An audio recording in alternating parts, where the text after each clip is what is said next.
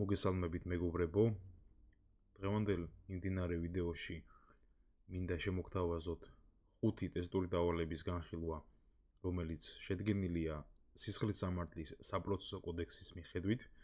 აღნიშნული ტესტებზე მუშაობა, მეცადინეობა თქვენ დაგეხმარებათ თითქმის ყველა ტიპის გამოცდაზე, სადაც საგამოცდო პროგრამაში გათვალისწინებულია სისხლის სამართლის საპროცესო კოდექსი. დავიწყოთ პირველი ტესტური დავალებაზე მუშაობა. მცხეთა-მთიანეთის პოლიციის დეპარტამენტის საგამოძიებო სამმართველოში მიმდინარეობდა გამოძიება უსტეფანიშვილის განზრახ მკვლელობის ფაქტზე. გამომძიებელმა გადაუდებელი აუცილებლობით ჩაატარა დიპლომატიური იმუნიტეტის მქონე დმ-სტუმრიშვილის ბიძის საცხოვრებელი სახლისა და ავტოფარეხის ჩხრეკა, რომლის ფარგლებშიც ცეცხლსროლი იარაღი და საბრძოლო ვაზდები ამოიღო.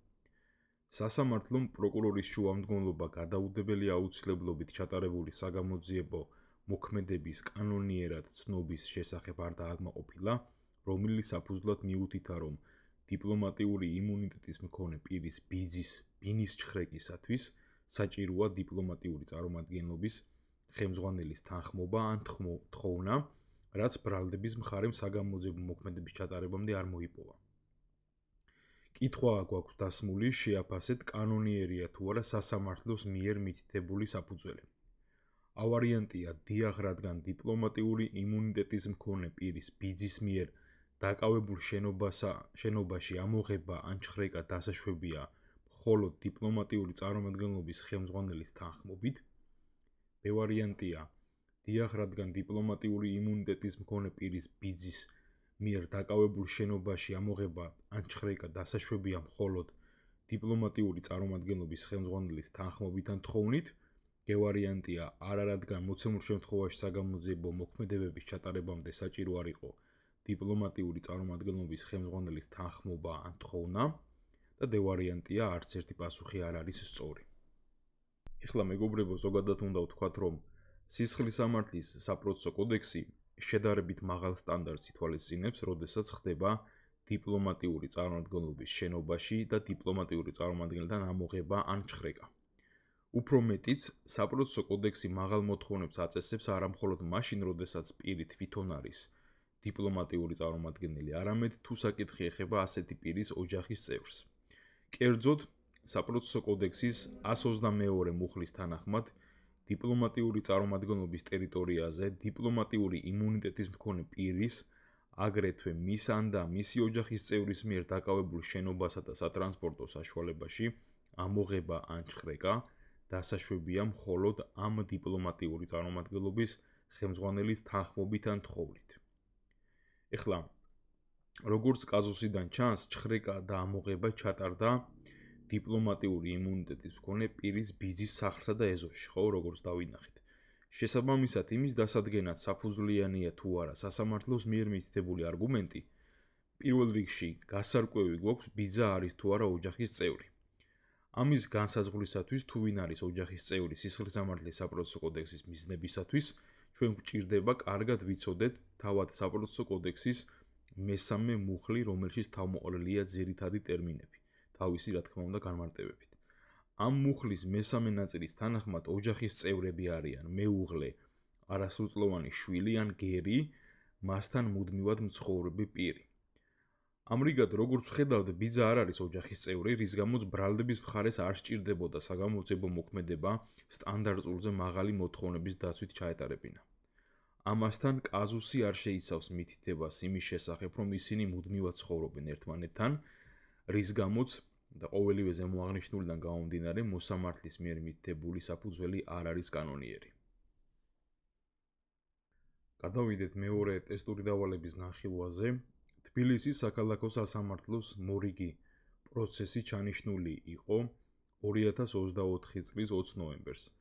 პროკურორს 16 ნოემბერს გარდაეცვალა ბებია. მან 19 ნოემბერს სასამართლო შეატყობინა, რომ ვერ ახერხებდა პროცესზე გამოცხადებას ახლო ნათესავის გარდაცვალების გამო. შევაფასოთ კანონშესაბამისად იმოქმედა თუ არა პროკურორმა. ა ვარიანტია არა, რადგან პროკურორს სასამართლოსთვის უნდა ესტობებინა პირველივე შესაძლებლობისთანავე, თუმცა პროცესის დაწყებამდე არა უგვიანეს 48 საათისა. B ვარიანტია არა, რადგან პროკურორს სასამართლოსთვის უნდა ეცნობებინა პირველივე შესაძლებლობისთანავე, თუმცა პროცესის დაწყებამდე არ აუგვიანეს 72 საათისა. G ვარიანტია დიახ, რადგან პროკურორს სასამართლოსთვის უნდა ეცნობებინა პირველივე შესაძლებლობისთანავე, თუმცა პროცესის დაწყებამდე არ აუგვიანეს 24 საათისა.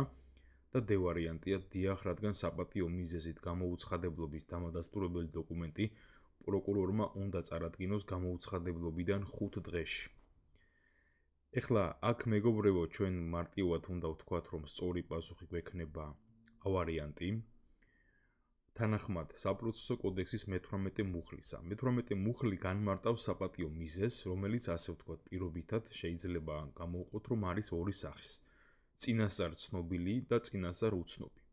პროცესის დაწყებამდე 4 დღით ადრე ახლონათესავის გარდაცვალება წინასწარ ცნობილი ფაქტია, ხო? ამაზე თან ხვდებით ყველა. ასე დროს წინასწარ ცნობილი საპატიო მიზეზის არსებობის თაობაზე შეტყობინება უნდა წარედგინოს სასამართლოს პირველივე შესაძლებლობისთანავე, პირველ შესაძლებლობასაა საუბარი, მაგრამ პროცესის დაწყებამდე არ აუგვიანეს 48 საათისა. ამრიგად პროკურორმა არ იმოქმედა კანონშესაბამისად, რის გამოც ჩვენ ვთქვით, რომ უნდა შემოვხაზოთ A ვარიანტი. გადავიდეთ მესამე ტესტური დავალების განხილვაზე, რომელიც გამოძიების დაწყება არ დაწყების საკითხს ეხება. პოლიციაში დარეკა მოქალაქემ, რომელმაც ვინაობის დასახელებისაგან თავი შეიკავა და განაცხადა, რომ ერთ-ერთ მრავალსართულიან საცხოვრებელი სახლის მესამე სართულზე თურქეთის მოქალაქეები სისტემატურად ეწევიან პროსტიტუციას, თანაც ხშირად გამოდის ჩხუბის და გინების ხმა. გამომძიებელმა ინფორმაციის გადამოწმება ოპერატიული სამსახურის თანამშრომლებს დაავალა, თუმცა გამოძიება არ დაიწყო.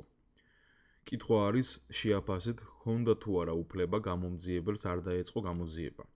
A ვარიანტია არა, რადგან დანაშაულის შესახებ ინფორმაციის მიღების შემთხვევაში გამომძიებელი ვალდებული იყო დაეწყო გამოძიება. B ვარიანტია დიახ, რადგან მოცემულ შემთხვევაში გამომძიებელს უფლება ჰქონდა არ დაეწყო გამოძიება. G ვარიანტია დიახ, რადგან გამომძიებელს აქვს გამოძიების დაწყება არ დაწყების დისკრეციული უფლებამოსილება. და D ვარიანტია არა, რადგან დანაშაულის შესახებ ინფორმაციის მიღების შემთხვევაში გამომძიებელი ვალდებული იყო დაეწყო სისხლის სამართლებრივი დევნა. მივყვეთ ახლა სავარაუდო პასუხების განხილვას. პირველი, რაც ჩვენ გამოგვერიცხება მეგობრებო, არის D ვარიანტი, რადგან დანაშაულის შესახებ ინფორმაციის მიღების შემთხვევაში გამომძიებელი და პროკურორი ვალდებული არ არიან დაიწყონ სისხლის სამართლებრივი დევნა. ზოგადად გავიხსენოთ, რომ სისხლის სამართლებრივი დევნა იწყება ორი საფუძვლით. ეს არის პირის დაკავება ან პირის ბრალდებულად ცნობა, თუ ის არ დაუკავებიათ.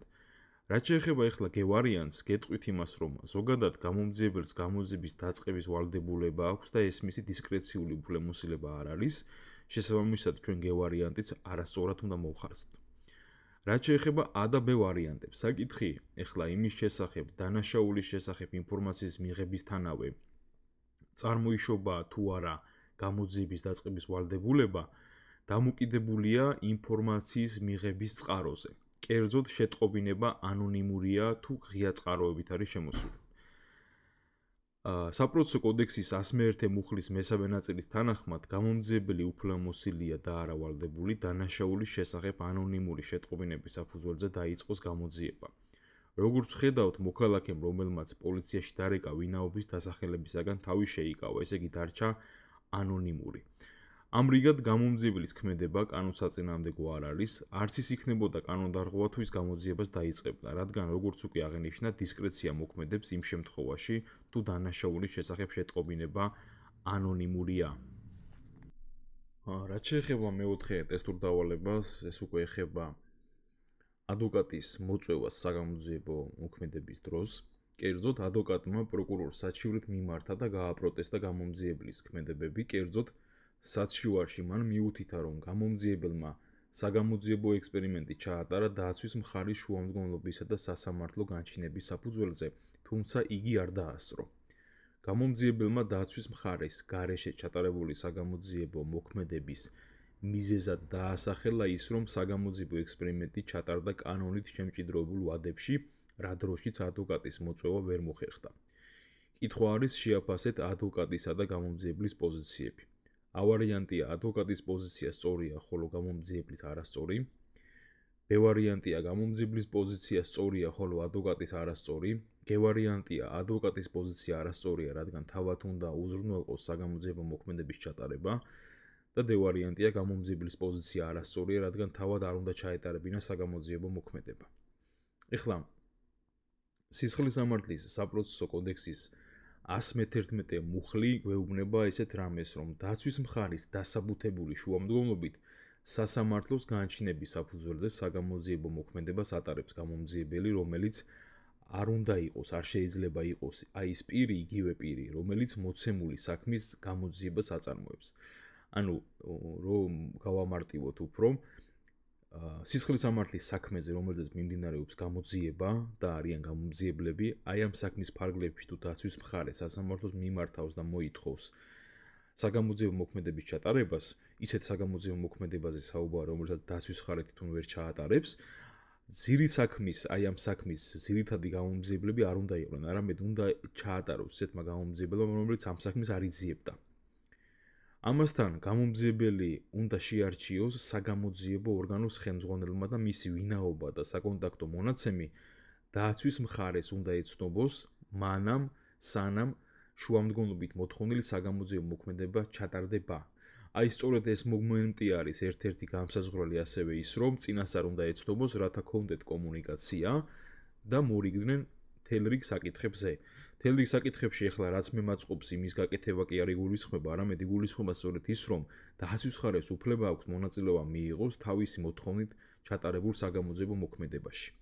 სწორედ აი ამ ტექნიკური საკითხების დადგენის მიზნით ხდება წინასწარ ინფორმირება ადვოკატის, თუ ვინ უნდა ჩაატაროს საგამოძიებო მოქმედება და რა საკონტაქტო მონაცემი არსებობს მის შესახებ დასაკავშირებლად. ამიტომ მარტივად ვხედავთ, რომ ადვოკატის პოზიცია რა თქმა უნდა სწორი არის, ხო? მისი შუამდგომლობით ხდება აღნიშნული საგამოძიებო მოქმედების ჩატარება და უნდა მომხდარიყო მისი მოწვევა, ხოლო გამომძიებლის არგუმენტი სამართლებრივ საფუძველს არის მოკლებული და არ გამომდინარეობს საპროცესო ნორმათა მოთხოვნებიდან, რადგან მიზეზი ის, რომ შემჭიდროებულ ვადებში ჩატარდა საგამოძიებო მოქმედება, დაცვის მხარის მოთხოვნილი შუამდგომლობის საფუძველზეა საუბარი. არ იქნება, რა თქმა უნდა, გასათვალისწინებელი და სწორი. ამიტომ აქ ჩვენ მარტივად ვიტყვით, რომ სწორი პასუხი გვექნება A ვარიანტი. და ბოლოს მეხუთე ტესტურ დავალებაში მინდა გესაუბროთ ნაფიც მსაჯულის შეუთავსებლობაზე. კერძოდ პირი ნაფიც მსაჯულად ვერ მიიღებს სისხლის სამართლის პროცესში მონაწილეობას, თუ მას ცივი იარაღის დარებისათვის ადმინისტრაციული სახდელი დაედო და ამ ადმინისტრაციული სახდელის დადებიდან გასულია A ვარიანტია 1 წელზე ნაკლები, B ვარიანტია 2 წელზე ნაკლები, G ვარიანტია 3 წელზე ნაკლები და D ვარიანტია არც ერთი პასუხი არ არის სწორი. ნახეთ, საპროცესო კოდექსის 30-ე მუხლი და კერძოდ ამავე მუხლის K ქვეპუნქტი ამბობს ესეთ რამეს, რომ პირი პროცესში ნაფიც მსაჯულად ვერ მიიღებს მონაწილეობას, თუ ნარკოტიკული საშუალების მცირე ოდენობით მოხმარებისათვის დაედო ადმინისტრაციული სახდელი და ამ სახდელის დადებიდან გასული არ არის 1 წელი. ანუ 1 წელზე ნაკლები არის გასული ამ მდგომარეობით.